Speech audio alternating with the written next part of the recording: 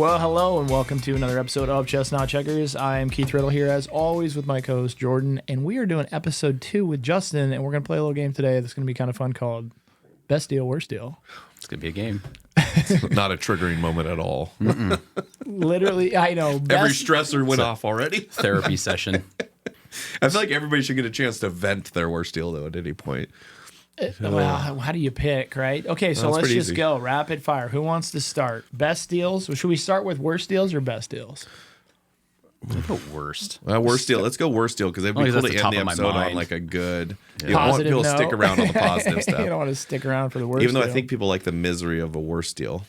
There's some of them that are far enough in the rearview mirror where they doesn't sting so much. There's a couple of very fresh ones and then a couple old ones. Call it reflection. Mm-hmm. Who wants to start? I'll go worst deal. Okay, fire. Worst deal. Okay, worst deal ever, right? I was young, man. I was probably like, I say this right now because I'm old now, but I was probably 30.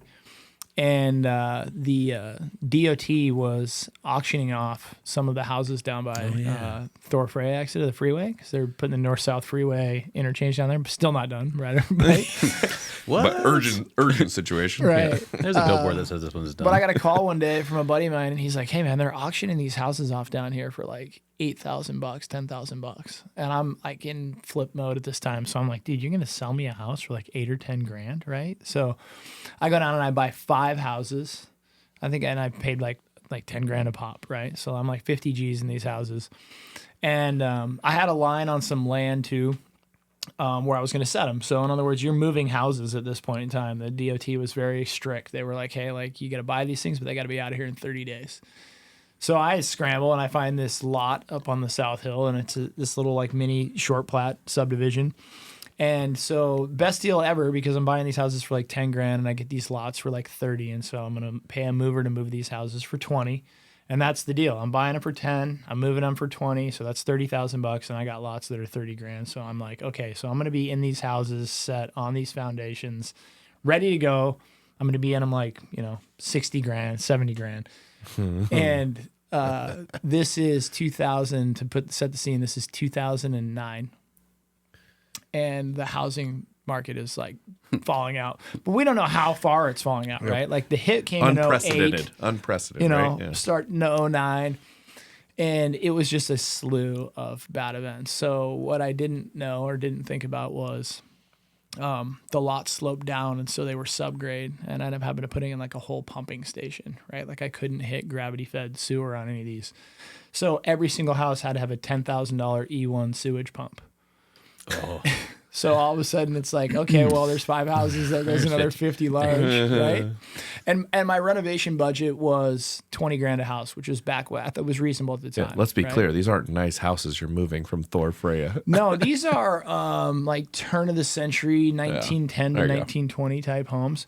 So the ace in the hole that I had, though, in my mind was the lots I had, I was going to dig foundations. So when I set them, it's a footprint that's the exact footprint of the house, but I'm going to set them on full basements. Oh, yeah. So I'm buying 2-bedroom, 1-bathroom houses, or I was buying some 3-bedroom, 1-bathroom houses, and I'm going to set them on foundations where I can put another 2 bedrooms and a bathroom. So I'm going to turn these like 2 1s into like 4 2s or like 5 3s. Well, by the way, you got to move them at night. Yep. Because you can't like block off city streets during the day, and you need a police escort, special permits, lines, and then everything. Line disconnect fees. Yeah. Oh, so here's the other trigger that hits me. It's like what I didn't know was the line disconnect fees are not too bad, but you get a police escort, you move them at night. The house mover's moving over 20 grand, and but it's like every power line you cross that they have to disconnect because the peak of the house is too high, or intersection that you have to go to would be like $2,000 to $3,000. Yeah. Well, halfway up the South Hill, there's a fiber line. Yeah. And a fiber disconnect line is like $25,000. So all of a sudden, I'm subgrade, so I have E1 sewage pumps times 5. Now I have a $25,000 line disconnect. Long story short is I set these things. Well, then in the moving process, one of the things that you like little sign in the contract is they don't take like any responsibility for any damage. So these houses are like livable. They need some like sprucing up, and I'm going to set them on full foundations and finish the basements. In the moving process, every ounce of lath and plaster that you can imagine cracks, falls off, busts, studs break, roof trusses fucking crack. So just everything. I end up. Jesus. So here's the best part is worst part, right? Is I've been flipping now for like years, right? Like I've been flipping houses for 5, 6, 7 years. No surprises. And so I'm good at it. I made some money. Well, I get an uncle of mine that I had been, in relationship with forever. And this is one of the things is like he's like seeing my progress, and he's like, "Hey man, if you ever see any good deals, like cut me in." So I cut my uncle in on this deal, right? No brainer. So now I got family involved. That's the best part. On a deal, and I am 150,000 over budget, probably, and get the houses set. Long story short is I'm so far over budget that like selling them doesn't make sense. So now I'm in like I gotta refi or try to cash out refi this scenario or situation to like try to pay off my uncle who's in this deal. It was a nightmare. So that deal 2009 trying to refi. And 10. Oh yeah. So is none. Yeah, I mean, they shut banks down. Yeah. Also, that was the best uncle. part is the bank that had the original financing went under, right? So on the land. So I'm dealing with a bank that's going under. I got houses that are end up set on foundations. I got E1 grinder pumps put in, and I'm out of money. So now I gotta like fundraise or go back to like my own, and I'm in this like every cent I have. Like I'm in this thing like $250,000 cash money, right? Like everything Keith's got, chips are in the table. I got family in it, and they're not done. So now I have 19, 20 houses set on foundations, cracked lath and plaster everywhere. And the contractor calls me and he's like, "Hey, dude, it is what it is." But he's like, I was giving him installments like every 2 weeks. And I was giving him installments of $10,000 a house every 2 weeks to get this project done. And I'm down to like my last $100,000, and now my budget's gone from $250,000 up to like $500,000, right? But I'm still penciling this, and it's like it might work, and we might break even. So he calls me up on a Thursday, and he's like, "Hey man, I need my draw tomorrow." And I hadn't been to the job site in like a week, and I was heading out of town with my wife to go see her family out of town, and so I cut him these checks and I leave town. Well, then the next week I come back and I go up to the job site and like nothing's done. And I start looking around and I'm like, not even the work from like the last draw is done, right? So I call him, phone's disconnected. No. I get it like, this Verizon wireless number is no longer serves.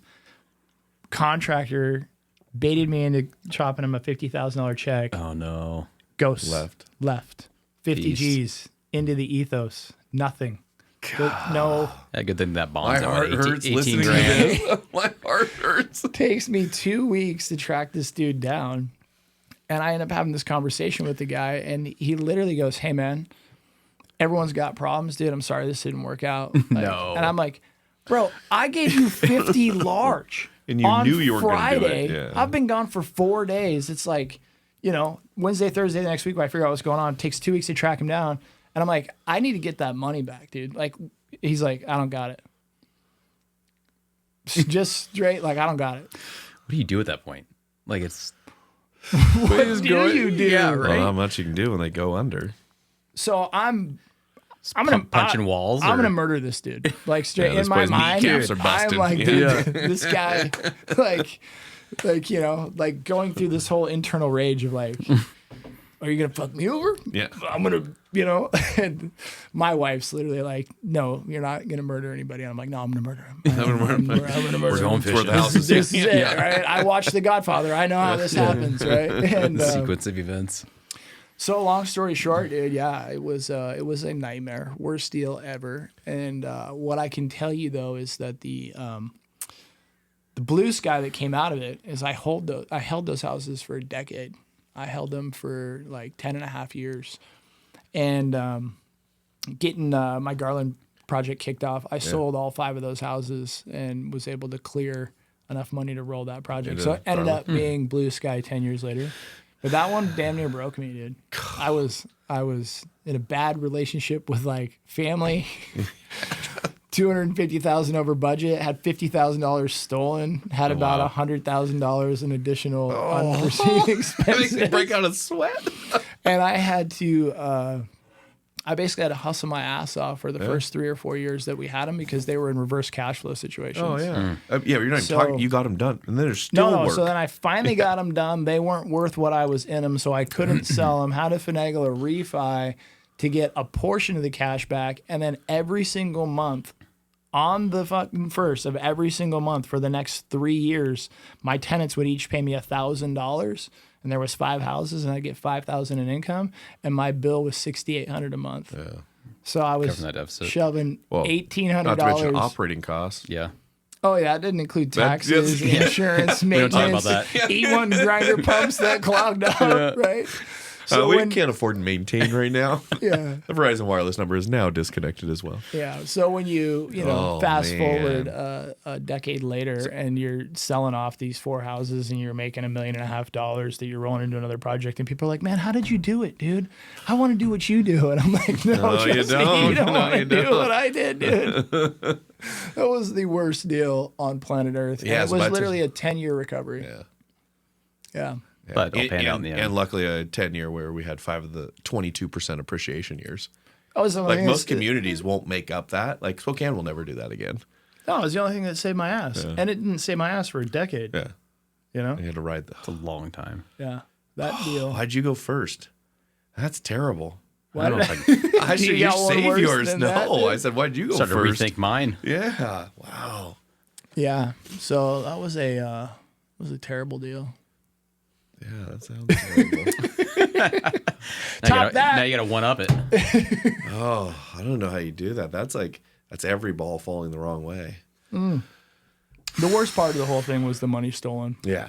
That's just like a cherry on top. Stab in the side. Yeah, because you don't, when people say like, how do you plan for, bad event? And there's things that you're like, for the most part, the other faux pas were like my fault, right? Like really, I had to own it, right? I was like, man, I didn't research the disconnect fees right. I should have done some more due diligence, or I should have figured out that those lots were subgrade. Like just ignorant things that I learned from. And you're like, okay, don't do that again, right? Yeah. And I'm like, someone just straight taking off into the middle of the night with 50 large, and you're like, I didn't plan for that. Yeah. My memoir is kind of a deal.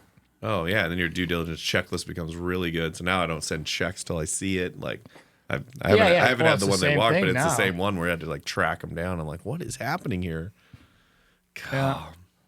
That's a fun one. Oh yeah. It's a little PTSD there. Jeez. Okay. Yes, in my experience, I have PTSD on that thing already. I know. I'm trying to think of mine. Man, mine's more contractor experience. It's a little bit different. Developer / owner side. Yeah, mine. So what's hard is I think if I went back, I think of it like an inflation adjusted dollar, right? If I went back and didn't give myself the benefit of a appreciating every year market, I probably would have 15 stories. The issue of why my stuff looked good was that yours you released when it was going the opposite way. Everything I did development wise was 2015 on. Yes, I had to. So this project came to fruition in 9. After. I was screwing around with it in 10, but the market was still going down 9. It was still going down 10. It bottomed in 11. Yep. You didn't start to see any appreciation until 12, but you understand the appreciation in 12 and 13 didn't even get me back to 9. No. Yeah, you were right in the middle. 09. So it's like it wasn't until like 2014 or 2015 where I was even like took that horseshoe and was back to like 09 status. Just and it's flat. 5 years later, and I'm feeding it $1,800 a month. Yeah. And I'm out $250,000, and I owe an uncle of mine $250,000. Hope he was in for the long haul. Well, he didn't have a choice. Neither one of us did. Roller coaster. It's the hardest part. Yeah, I would say one of the worst. It ended up worst. I'm going to quantify. I was saying that because technically I still made money and got the stuff done, but it's the pain of getting it to there. So we had a building. We had a building downtown on Wall Street, 120 South Wall, right across from Europa. I'd gone in with Joel, Aaron Farr, partners, and then Brandon. Actually, that's where I got him in one of those deals. We had been doing apartments downtown because the rents were so good, and so you're looking for any building that structurally you could do an apartment. So we spend $300,000. We get this thing designed. It's ready to put apartments in it, and then COVID hits. So we're now wandering through COVID, like, is this going to be good, bad, what it is? And I'm like, I don't know, but either way, we got to pivot. And so previously it had been storage. And so we ended up pivoting this building to self-storage. So they come into picture these large warehouse footprints, building downtown, tight access, but it had this roll-up door. And so we luckily found Justin with Steel Structures, comes in, helps us build these. Well, nothing's in compliance. And so I'm trying to sell this product, and I'm in there literally cleaning up, helping with the lighting, running electrical, trying to put in. But it was like every time we turned a corner, the fire department came in and said, well, this was one of 3 buildings that we thought always needed better fire access. So we had to put in a brand new fire escape. And I'm like, nobody uses those. The next one, he said, well, then you also need to cut another stairwell into the back of your building. And I was like, it's storage. Nobody cares. And then they were like, well, then you got to upgrade your elevator. So we ended up going over budget like $1.8 million. And luckily found a storage group that came in, ends up buying it. I think we all made a little bit of money, but I might have been down there like 90, 100 hours a week because it was every time we turned a corner, the city had some other thing. Your sewer wasn't big enough. You need bathrooms in here. I'm like, it's self-storage. Who needs a bathroom? There's no conditioned space, so no heater, but I got to put heaters on every floor. Well, how do you put heaters on every floor when you have now storage units that come up? So like you can't just put one shop heater in the corner. Right. I have to then run them for all of them. Well, we didn't have enough power for it, so then you had to upgrade the power. And so it was like the one that is as you pulled the string, 5 other unraveling, things just unraveling, out, unraveling. So the end result was fine, but it was all concrete, so you couldn't burn it down. But I was like, it was the first one where I'm like, this one's got to go. So then I thought I didn't learn my lesson well enough, which bled into the next project, which is the Peyton building, which is it's renowned for this part of it. And you kind of are like, no, okay, we learned our lesson. We learned. Dude, I was like chuckling so quietly to myself yesterday. This is me and Jordan went to the real estate market forum. They do like a big market forum for Kootenai and Spokane. Sounds so happy. Jordan's just shaking his head in misery. You responded so quickly that day too. Eric's up there like killing Hagen, and he's giving this whole speech about like basically like apartment conversions in downtown and office, and how office is like totally in the tank. It's in the toilet, and like some of these like old office buildings should be repurposed to multifamily. And somebody asked the question like, well, what's the problem? Like, why isn't this happening more? And he's like, well, because the cost is like super exorbitant. if you want to try to take an old office building and convert it to living, there's just so many logistics and costs that creep up. And like I'm looking over my shoulder, and George's head's just like down in his notepad. Like, I'm like, don't call me. Jordan, Don't call me. Do you know anything about like this? Yeah. And it's those ones where you're like, no, okay, this time we're going to learn. I was like, those old buildings that kicked my ass every single time because you think you looked around the corner and you just could never find it. And so those two were kind of the bigger ones. But then I started thinking back when you were saying your story, I forgot, like I started flipping houses and we started buying rentals. And so like my stories are all around like tenants. So it was never even that the building itself was bad. I had those issues, but ours were like gangs would move into our. This is again, you're just trying to buy units when I was doing it, and so they're in West Central, Felony Flats. They're around Corbin Park when Corbin Park wasn't nice. It's not even crazy nice now. It's all in these terrible areas, and so I remember like negotiating with tenants with cash for keys at like 11 p.m. And I was like, "What am I doing? I would never send somebody out there now without like cops." To help with it. And I remember his name was Walter Bible. And he would come around and he would basically educate all of my tenants with how to stay in the units longer. And so from trashing out units to helping them. And so I finally told Joel, I said, we're selling all of these. And so we sold every one of those buildings and haven't really gone back to them. So I'm going to try to think of a very specific example too. But mine were mostly around the tenants and how like taking them over and what that part looked like. So. Yeah, I've got millions of tenant stories, but I won't bore you with that. I mean, it's like definitely have the tenant book, stories. dude. But it's hard because then everybody's like, go buy a rental property and create financial freedom. I'm like, you idiot. Sure. Why is it so cheap? Sure. Well, again, but you can fool yourself with the wins, right? Like, so the amount of times that I like won with certain things, like, I think it's one of those, I call it bucking the system. Mm-hmm. So when you buck the system or you buck the the scenario, right? Everyone tells you not to do something and then you do it, but you win. Mm-hmm. And then you kind of, your head swells a little bit. You're like, oh, you guys all told me not to do this and I did it and I won, right? And then you go into another one and you go into another one. And then all of a sudden when that one bites you and everyone's like, what are you doing, you idiot? Like we all saw that coming. See, I told you so, you remember? Yes, yeah, I told you so. Where you're like, damn it, but I've bucked the system like 7 times.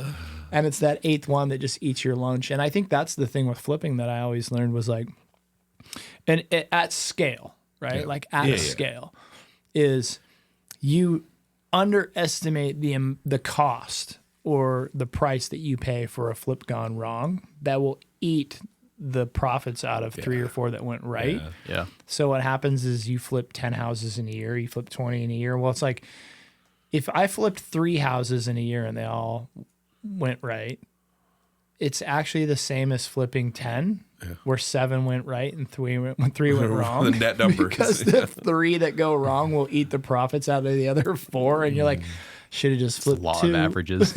Yeah. Just net zero. Oh, so true. Yeah, did you ever do work on yours? Like on your flips? All of them. Yeah. Yeah, like that's how I cut my teeth. Yeah. Was like I would basically, so when I first got into real estate, I was actually a college kid going to finishing my degree at GU. But the first flip I ever bought, I was literally, I was waking up in the morning in my senior year at GU, like I stacked all my classes from like 8 a.m. to noon. And then I would basically hustle real estate. Like I would go to the real estate office, the first real estate office I ever worked at about noon. Yeah. And I would like stack showing appointments and this and that. And then I would like literally go show houses and write contracts and I would play realtor, right? Like be a realtor. Yeah. Until like the sun went down, which in the spring and summer months around here is like 7, 8, 9 o'clock. And then I would go to flips. Yeah. And I would sit there with my tool bag on and I'd work till like 1 or 2 in the morning. And then I'd wake up and I'd go to class. Like I got a story. The first house I ever flipped on Wiscombe, I lived in it. So I didn't want to make the commute out to the rental house I was living in with my brother. So I got a blow up air mattress and we ripped out all the carpets and all the pad, right? So it's like it's subfloors and tack strips. And there was no shower curtain on the shower. So I would work until I basically exhausted myself. And then I would go and I would sleep on an air mattress with a blanket. And then I would wake up in the morning and I would walk on the subfloors and try not to step on the It's like the tack mousetrap. strips. And then I would shower in a shower with no shower curtain because I didn't care if water splattered on the floor. Who cares at that point? So I got a bottle of Suave shampoo and I'm, showering.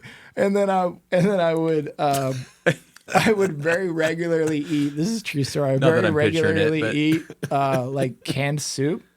For like breakfast, but I didn't have like a stove, but I had a coffee pot. And so I would turn the coffee pot on to get the burner warm and I would put a can of soup on the burner while I went and took a shower. I would crack a can of like Campbell's chicken noodle soup and set it on the coffee burner and then go take my open air shower. It's a good rhythm. And get dressed for school to go be a student at GU, this prestigious Jesuit university where only the rich kids go. And I would be the dude rolling up with a can of Campbell's chicken noodle soup in my belly that I heated up on a coffee burner. Trying to keep In it a warm. flip, sleeping on an air mattress. Oh, so stupid. So dumb. Oh, yeah. Gotta cut your teeth somewhere, though. Yeah, so then people would be like, but you learned a lot. hey, man, I want to be like you. I want to do what you do. I'm like, I don't think you want to pay the price to do the things that I did. You definitely don't. Oh, well, nobody sees that side. No. Yeah. I mean, even from the contractor side, no one even knows. I mean, it's different challenges, right? I'm trying to think of, just trying to ponder my worst because I have the tenant stuff too. But it's, I think from a contractor standpoint, it's like I just got done actually doing Lolo for you. I got super cocky and I was like, hey, I just finished the demo. I just finished Lolo Lofts, all that sort of fun stuff. And he's like, hey, how do you feel about Peyton? And I'm like, well, I'm not sure how Peyton's I feel. the worst. I'm not sure I feel it's a about good it. project when it's the worst story for everyone. Oh, yeah. It's a weird combination. And it's like, how do you feel about signing a contract for Peyton? I'm like, well, do I sign a GMP contract? Do I sign an allowance? Do I sign a cost plus? Well, let's screw it. Let's just sign a GMP. Here's your estimate. Let's go. And little do they know that building is that's a fun one. It's fantastic. It's and I say this in the nicer ways because I learned a lot in that building. You know, there's a lot of moving parts. There's like probably 85 miles of pipe in that building. Is there anywhere that I can sleep, dude? Oh yeah, no showers. There was. No showers. We got there and there was already sleeping bags there, and we were broken in. And Oh no! I went in the Peyton actually to. I'm so embarrassing myself. I went in there to like. Berg took me in there to like hustle like doors, and he's like, "Yeah, I got this building, dude. You can take anything out of it you want to take out of it." Those are the doors that are missing. So I was like, "Yeah, dude, I'll go in. I got a warehouse. I store stuff. I go in there, and it's like we're on like floor 3, dude, and we walk past this hallway, and there's just people sleeping. Yeah. Like literally just people chilling in there. And it's like, Berg's like, "How did they get in here?" And I'm like, "I don't know how they got in here." And he's like, Bird just grilling you. No, he goes, man, no. He knew it wasn't me, but he's like, do you got a piece on you? And I'm like, no, dude, I do not have a piece on me. Oh, it's like rapping on the door, like, you gotta go. They didn't. Yeah, for context, right? You're 6 stories of office where you have desks still in there, you have nooks and crannies all over the thing. So as soon as somebody gets in, these transients would they'd find a security door or a fire door, and they would wedge it open, and then they'd go in there and they'd tell their friends. Yep. Because apparently you can be homeless, but everybody has cell phones. Yeah, it's the fastest moving chain of communication I've ever seen. Yeah. Well, we brought people in. I mean, I probably had 30 people on site at most times, and we were hitting stuff with sledgehammers and everything else. Well, to find out, like one of our first 2 days, we went down to like floor 5, and I can't remember the floor, but there was people sleeping on floor 5 as we're demoing. You know, and I'm hearing sledgehammers hit upstairs and all this sort of fun stuff, and there's still, I call it moved-in tenants in the middle of the night that are sleeping while we were demoing this 96,000 square foot building. Oh, yeah. And I just get reports of it. And again, you're trying to work on all this stuff. And then all of a sudden they're like, hey, somebody else got in. You're like, that means I got to start at floor 2, walk the whole all the way to floor 7 to make sure you can get them out of there. And then you'd go in and they had these cool little camps set up. I was pretty proud of them. I mean, there was like a little TV area, a lounge area, beds. They had, super creative. They basically took chairs and furniture and created elevated beds and storage areas. Like art on the wall. That's impressive. You know, some drawings, some sketch drawings. And then come to find out, it was all because we had a mag lock that if you pulled hard enough, the door opened. Or if you took they just knew there was one entrance, and you'd go out and check the doors, and you're like, hey, they're all locked. How'd they get in? But if you pull hard enough. If you pulled hard enough, they could jerk it open. And they'd go in, and you're like, yeah, God, that was a terrible project. I wonder how many parties happened in that building. A lot. Dude. Had to have. How much sex happened in that? Where people were just literally like... It's been ridden. Oh, man, it is. There was one point, I think they kicked out like 18. And so then we had a point where we let SWAT come in and practice clearing an office building. And then we had the fire department come in and practice clearing an office building. And so that kind of, after those two where they're shooting shotgun shell charges on doors and stuff. Breaching everything. That kind of got him there. But like it happened so frequently, and then the poor cops would show up and I'm like, I'm so sorry. Like that we have to do this again. I just don't know another way to do it. Like they're so crafty. Yeah. Well, and it finally hit me on like week 1 we're in, and I'm just like drained because I'm trying to learn this building. It's 96,000 square feet. You got miles of pipe, and you got coaching unit below, and you got all these businesses that have to stay operational below you. And I'm like, what did I get myself into? You know, it's like you go from low to this, and I'm like, how in the hell do I get this done? You know, and I mean, the cool part is like we brought in all qualified, you know, actual subcontractors. You know, it's not just like demo people. You know, we brought our actual framers in, we brought actual electricians in, which is a whole set of problems by itself. You know, it caused us to go over budget, and little they know that trash. Holy crap! You know, how many loads of trash were taken out of there? Or I can tell you the dollar amount, but I mean, there was 5 to 6 30 yards going out of there. We were doing 50 yards. 50 we had to yards. upgrade. So like the city of Spokane was our best friend. So we essentially we had 3 go out every single day of 50-yard dumpsters. So we had one in the morning that was already full from the previous night, and then essentially in the middle of the day they do another one, and then we'd have one stage for the next morning at 5 a.m. So we had to get this whole system around of how to get the stuff as fast as possible out of the building. Yeah. And that was its own essentially sequence. Through a window in a trash chute. Yeah. Oh, yeah. But then they don't know stuff like on floor 7 hits terminal velocity and destroys your trash chute every 3 seconds. So we had to like go in and weld like reinforcements of steel in this trash chute to even make it to be able to get into the trash bins. So you're trying to weld like steel in a trash chute, steel reinforcement just so plates. things like ting off it, ting, Correct. ting. Yeah, so it Oh, it was doesn't like crush terminal. it. So it doesn't Ting. crush it. And then at that point, Yeah. it would take it and it would bounce and it would dent the trailers, like of how fast it is going. Yeah. You We know, dropped so 7 stories. It is it's a fantastic physics experiment. it's super cool for Mythbusters, you know. But Yeah. I think At what speed does stuff come out of this trash chute? oh yeah, from and 7 then, stories you know, up. you cut this one pipe, or you cut, you know, essentially to be able to disconnect something, and then it floods the winery. It's like I'm like, Sorry. Yeah. guys, like, you know, it just Can't even blame them though. no, and it's being able to isolate every floor to go down, and you know, I was like, why did I sign a GMP estimate on this building? You know, it's like the look back, or the, you know, not to say the worst decision, but Thanks, in man. the time, I'm right here. yeah, in the time, That you guy, know, the owner of that the building world- was an asshole. the world was falling. But I think, you know, looking back on it, it's probably one of the coolest experiences I ever had, you know, with being able to overcome what some people could not do, right? You know, that's one of the Yeah, we speak about it like it's gone. That thing is still an active. it's gone.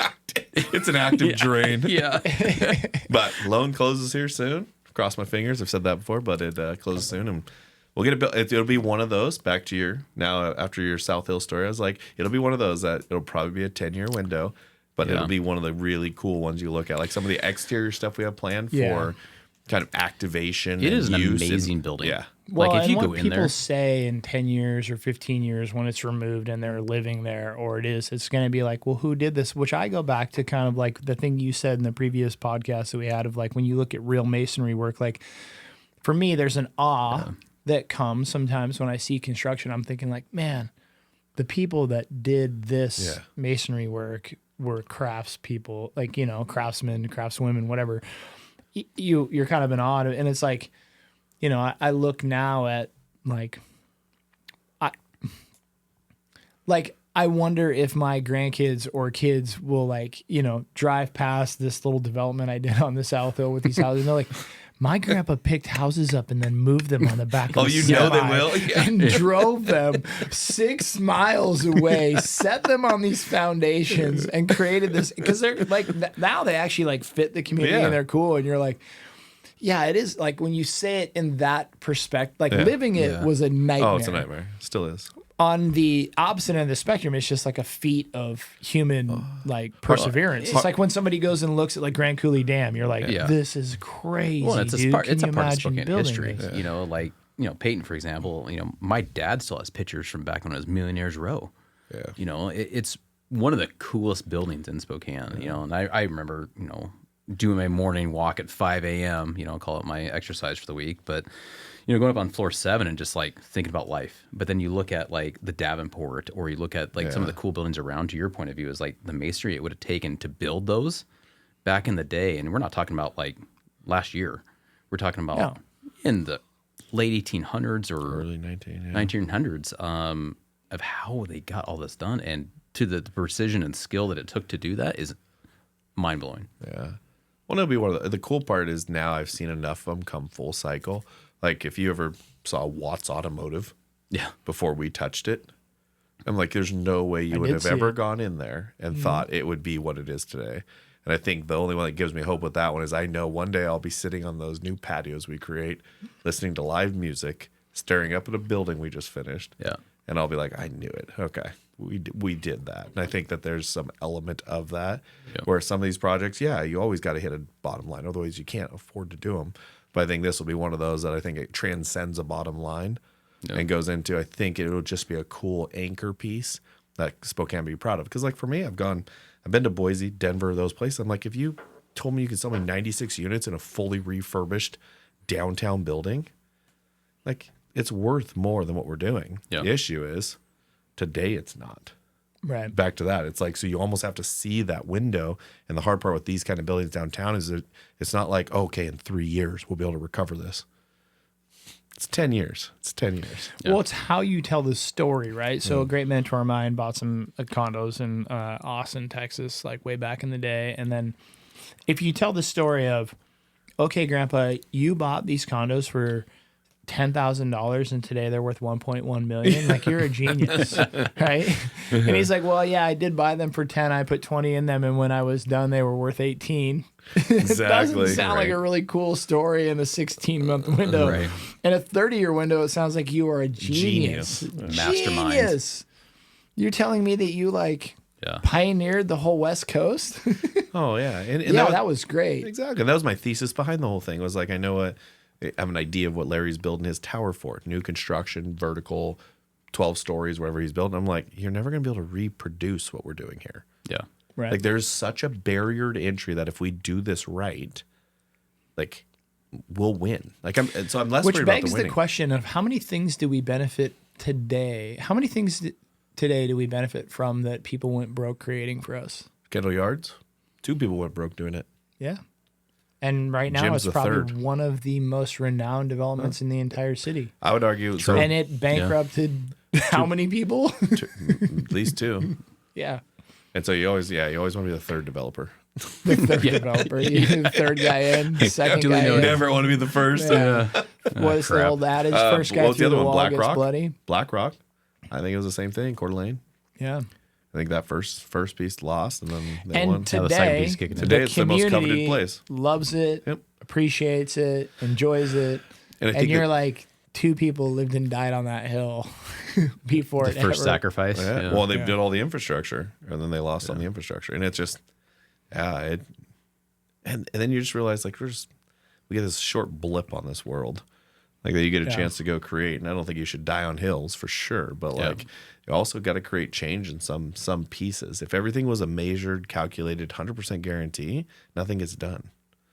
And I think there's this element to it where I think when you get the ability to go develop areas and change communities and decide fates of different areas, like, you have a responsibility. And that's why when the press came out, I'm like, you should be able, like, as much as you say, hey, nice job, Jordan, for building something, you should be able to say, hey, shame on you for doing this.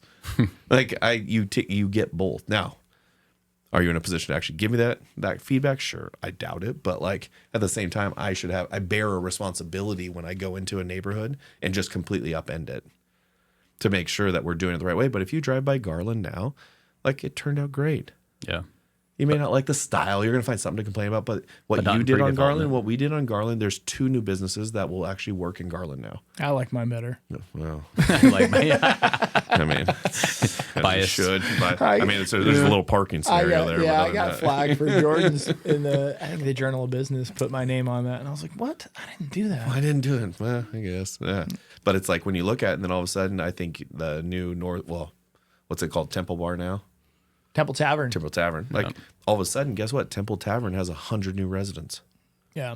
that will be there and occupy. And it's just like, I think sometimes you have to look past some of that conflict that sits here in the year 1, year 2 to the next level where, like, again, we have 600 to 800 people to Brick West and there is 0 parking. Like, so every time and somebody there's that tells me old- this I thing, think it's a slippery slope and it's a dangerous world to live in. But there is a real truth to when the first automobiles were created and people were driving them around, everybody was pissed because they were slow and they were in the way and they spooked the horses and they were like, dude, these automobiles and these automobile drivers are just causing all this havoc. And like, fast forward 100 years, right? And it's like everyone appreciates a car. We all kind of appreciate a car. The first guys through the wall, right? Yep. Got nothing but flack. Yeah. And so I hesitate to say that people don't know what's good for them until they know what's good for them, because that's like a really detrimental thing to say in the sense of like, there's been a lot of wrongs that way too. Like you guys just don't know that this is a good idea. And it's like, no, it's a terrible idea. It was always a terrible idea. It is a terrible idea. But there are so many good ideas and good things that have come from what was perceived for the first 2, 3, 5, 10 years they were around as terrible and end up being really good. And so I think it's hard when you're the guy who has that idea or that vision where you're like, dude, you're all going to love this when it's there. I'm just trying to get it there. Yeah. The problem is I'm going to get kicked in the teeth the whole time I'm trying to do this. And then later everyone's going to say, what a visionary. Like, what a guy who To your had point, such always be the third vision, developer. or what? Be the third developer. Be the third Yeah, right? developer. Yeah, it's But true. there's a dice you roll as an entrepreneur and as like a visionary is like you see something people don't see, and you see the good that it can do or like where it could be. And if you're right, you're a genius, and if you're wrong, you're a tyrant. Yeah. Yeah. And then the hard part is that I think, man, like I chose to do this. It seems weird. Yeah. Like, why did I choose to do this? Like, I signed up for this. but you go look at it and it changes. And I live down on the west end of downtown, so I see it firsthand every single day. And I'm like, this area nobody came to. And now you have kids, families, people walking, businesses that want to be there. Yeah.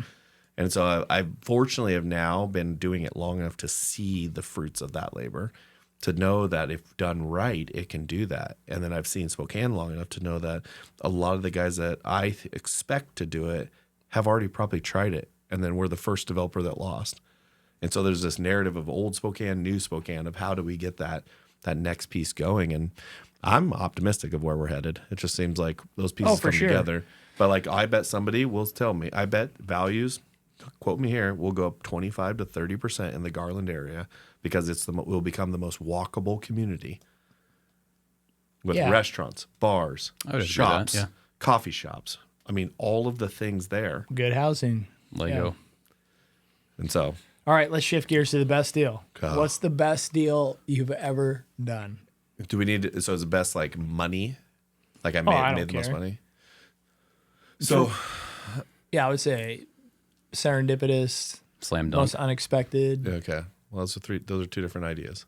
Serendipitous, I mean, so like where a lot of the money built came from was we would build buildings so fast and I could sell them before they were done. And so I'd go identify a piece of dirt. Within 3 months, we were breaking ground. And within 10 months, we were done. And I would sell them. And so I took the idea of like, okay, if I go to flip a house, my goal was 30 grand.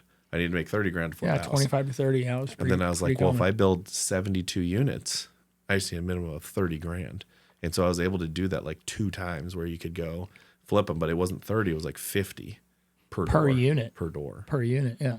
And so then we were able to take that, sell them, leverage, and you're just cashing checks that humans shouldn't cash. Like you're just making so much doing that.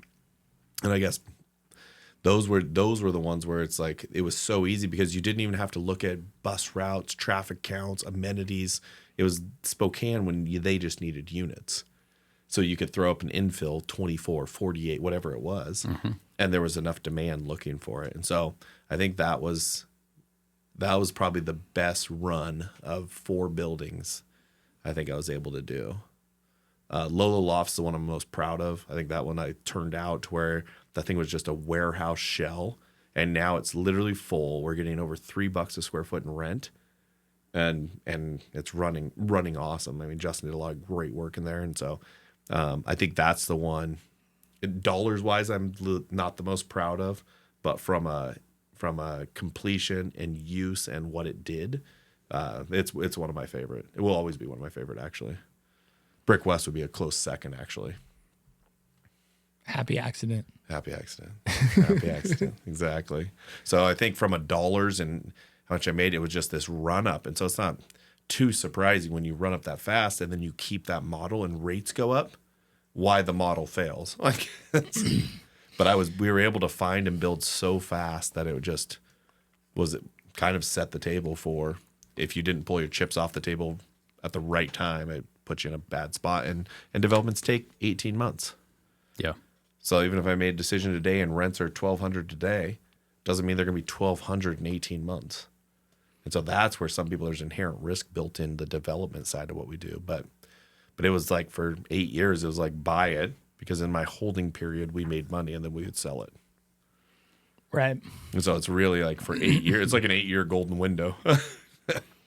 Yeah, and you just never know when those windows hit, Correct. right? Like you don't know what era you're sitting in. Yeah. So my favorite, to clarify that, would be either it's tied between Brick West and Lolo Lofts. I think those two are two of the coolest remodels of an old building where the budgets were great because costs hadn't gone up that much at the time. So if you were to do a Brick West remodel today, I bet you're correct me if I'm wrong, probably like $225 a foot. It's pretty close, yeah. I mean, so that's a 3.5, $4 million remodel, let alone acquisition. And we did the whole thing for just under 2. Wow. Like, that's the stuff. And you go in, and again, I have an appreciation for buildings that most normal people don't. I'm super weird. So but like, I'll sit in there sometimes and I'm like, you have no idea how we had to sister every one of those So when joists. Jordan's staring at the ceiling, when I'm staring at the ceiling, I'm actually judging it's not it. stress. I'm judging it. It's just appreciation. Like I was sitting at every time I sit at one, you're like, okay, they ran it this way. That makes sense. And then Lolo Lofts would be a close second. I love that one. I think Peyton will end up being both my greatest and worst when it's done, but I think it's a fair assessment for sure. yeah. What about you? Best win? Best win, I think, is actually currently ongoing. You know, what I mean by that is it's taken so much to get my first development off the ground.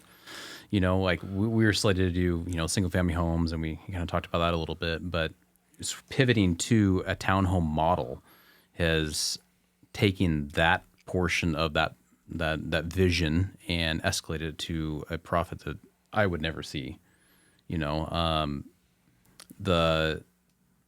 The density portion is pretty great. Like, I mean, as far as us being able to make probably $3-4 million on a development where we'd only pencil out to make $1 or $2 million, or even cut even with the infrastructures. So with all the downfalls of not building what I actually wanted to begin with, and pivoting to a multifamily density that would work in that area.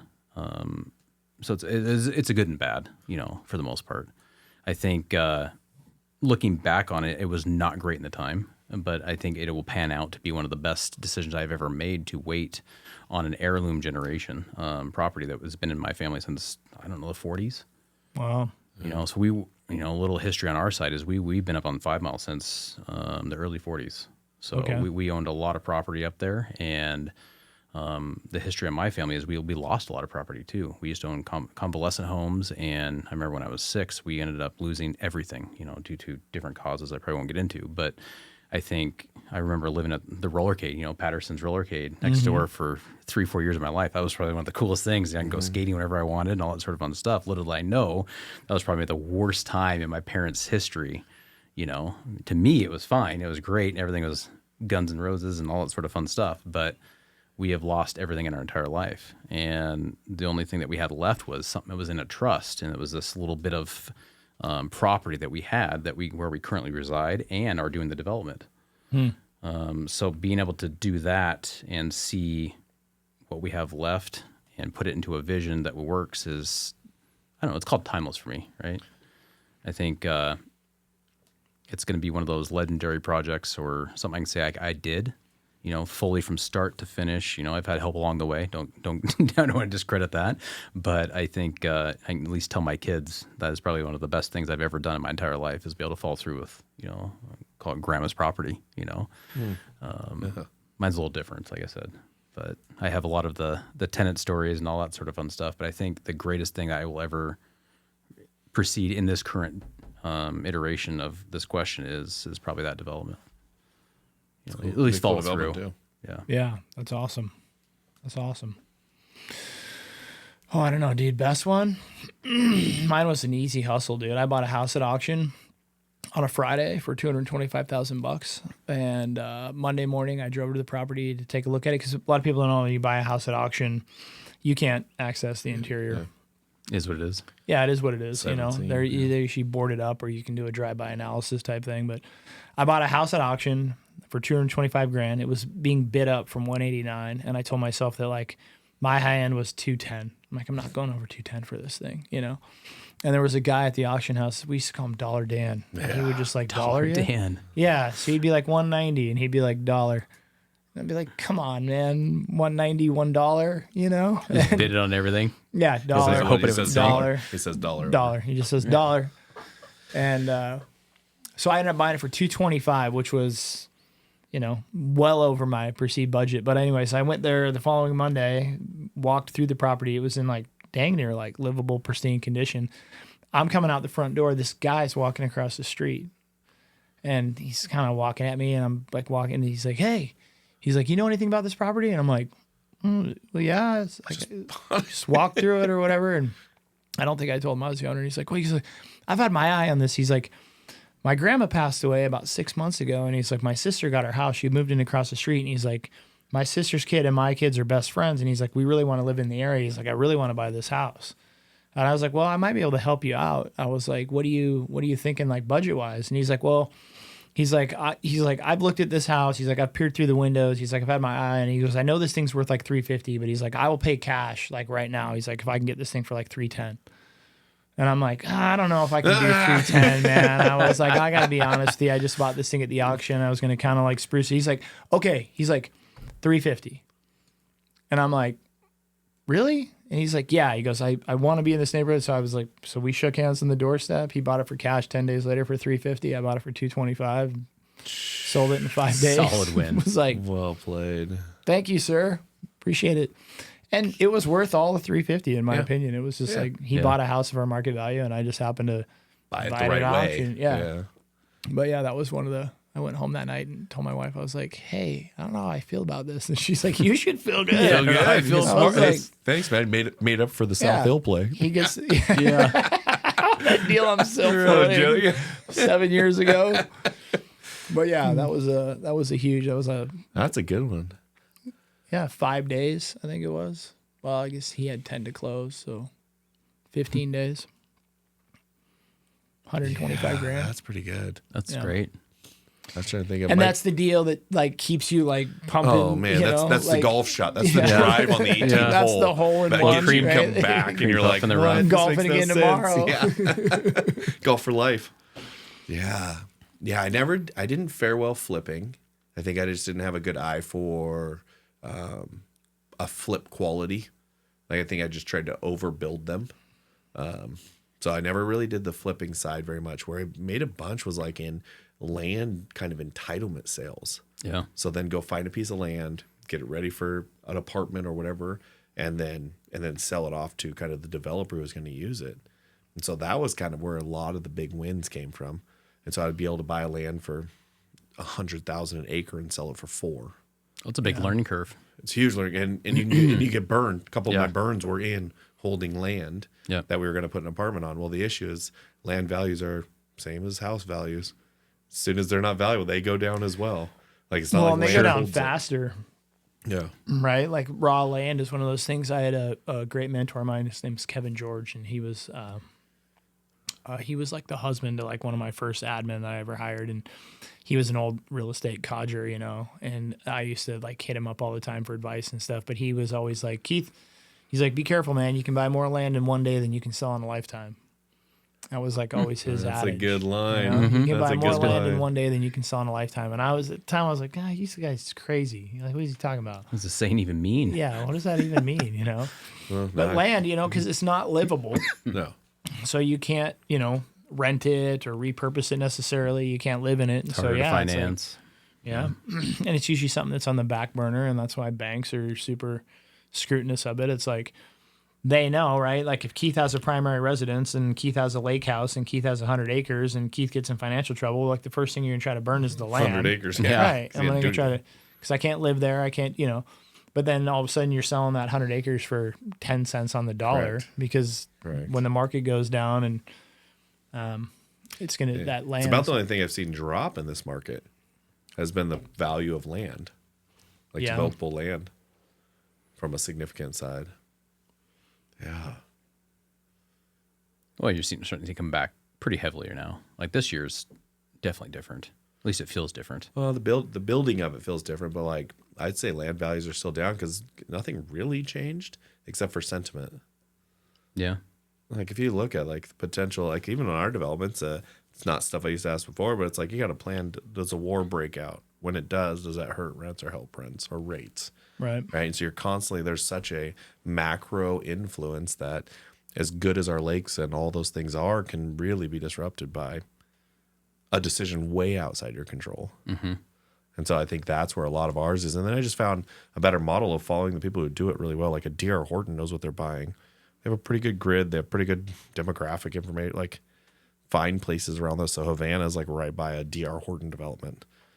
The Cora one, I like the infill ones, the kind you can't get. So what we're targeting, so One of my other favorite deals that Justin's a part of too is actually our Conixu project on Priest Lake. Again, finding unique pieces of land, bring a special skill set, and develop those out, right? I think there's going to be a demand for those kind of things. Somebody explained it the best. They call it the K curve. So you have this K in the market. It's not an up, it's not a down, it's a K because there's a percentage of people that are having the best year ever, and there's a percentage of the others that are. So is the K sideways or is the K So it's a line and vertical? then K. Oh. Start here, vertical, straight line, and then you have a line shoots up and a line shoots down. And I was like, that is the exact case, because I think what was so hard, and was it Rob Brewster we were talking to when I said, hey, what's the difference in this in 2008? And he goes, everyone participated in 2008. Yeah, And he goes, for and in sure. this one, some people are some people are having the worst years of their lives, and some people are actually having the best years of their life in the same market. Right. And I was like, that is what makes this super unique. But I also think, like, to your point about Phoenix, we're not the only ones who think that, right? You leave here because you want the warm weather, but that's because you usually move there in the winter. Then all of a sudden you have to sit through a summer, and you're like, is this even worth it? Out. And I think there's going to be a lot of boomerang effect to the people that did leave, coming back to like, hey, I can put up with this in exchange for what I get. So, like I said, I was down in Boise when apartment units went up to like $425,000 a door.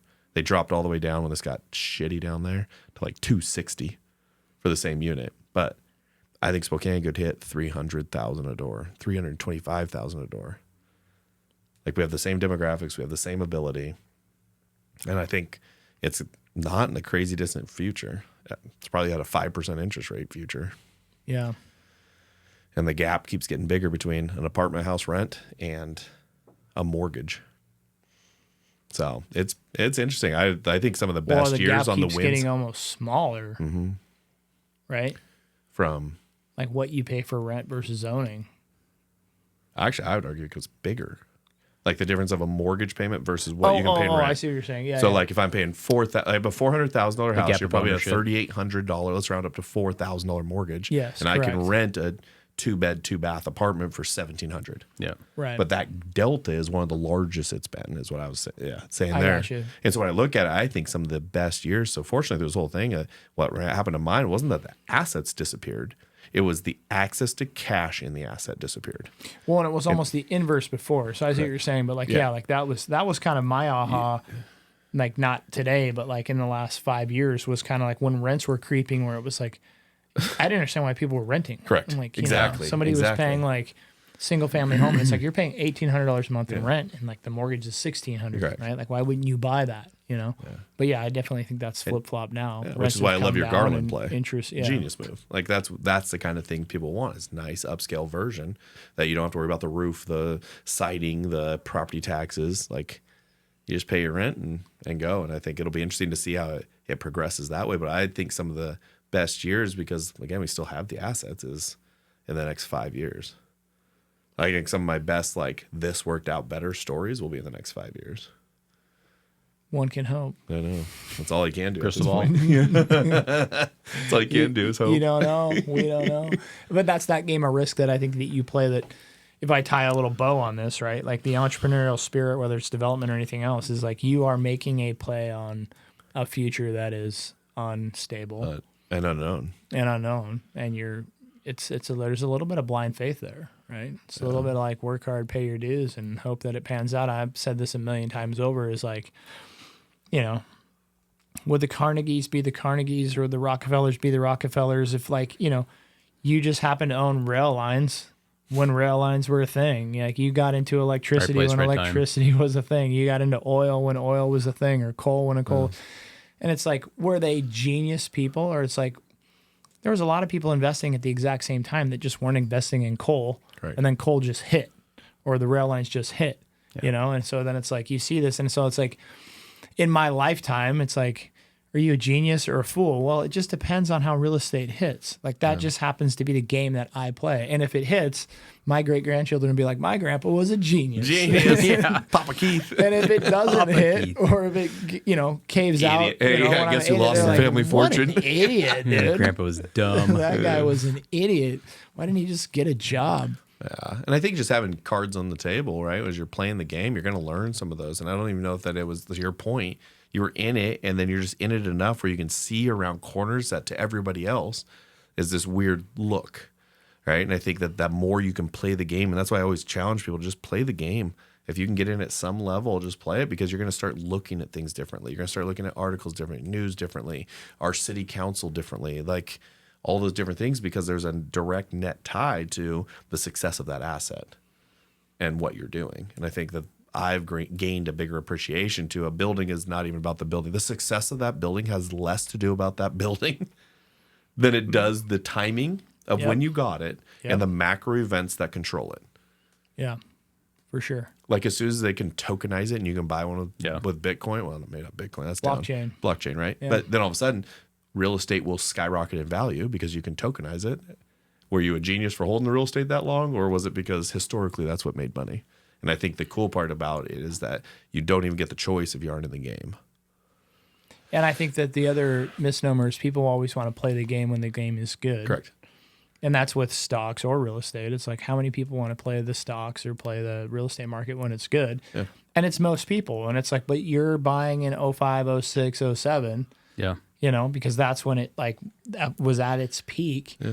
And you could buy a house and it was worth $100,000 more than you paid for it a year later, right? And then the cards come crumbling down and everybody like cries wolf. And it's like, I don't know, like for me, I've played in the good times, the bad times, the good times, and the bad times. And it's like, but you can't make money if you're not playing the game. Correct. Right. Yeah. And then I think to that point, like that's one of the discussions I was having with one of the investors in a project that we did get going.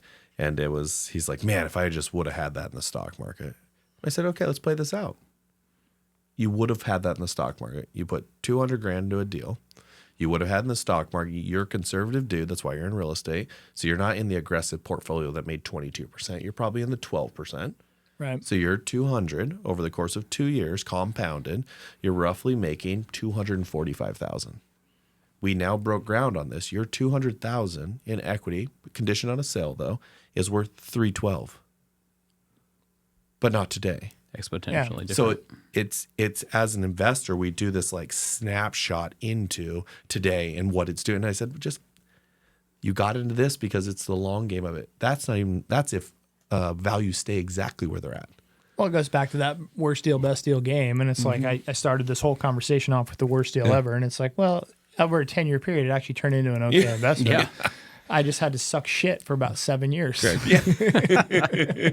Yeah. But you got to get, maybe that's it. You just got get used to sucking shit for a while. And then all of a sudden, I don't want to do the that. other side of it, you win. Quote unquote. Yeah. Quote unquote. So get into the garbage industry today. Garbage, yeah, exactly. Yeah. Well, all right. Awesome. I feel like that's a wrap, man. I mean, best deal, worst deal. It's the first time we've done this. Yeah, we might get on the best deal, worst deal as we go forward. Yeah. It's an ongoing development 12 at months. this point. Yeah. Yeah.